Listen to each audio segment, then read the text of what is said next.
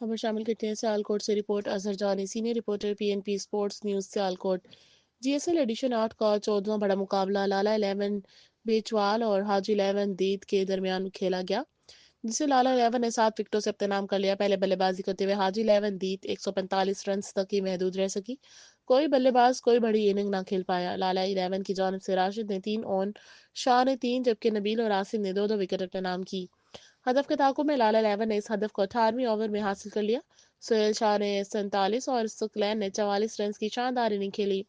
Man of the match GSL honour and sponsor Rana Sarfaraz Rajput और फहद टीपू की जानिब से 10,000 का नाम सोहेल शाह, सुकलैन और नबील मलक को दिया गया, जबकि match changing performance Rajput family की जानिब से राशिद को 2,000 रुपये इनाम दिया गया। मुकाबला जीतने पर टीम स्पॉन्सर्स की जानिब से टीम के तमाम खिलाड़ियों, एम्पायर और मीडिया को इनाम दिया गया। पहला मुकाबला जीतने पर लाला 11 बीचवाल को मुबारकबाद पेश करते हुए Haji Mohammad Nasir Qadri, advertisement director, PNP news HD.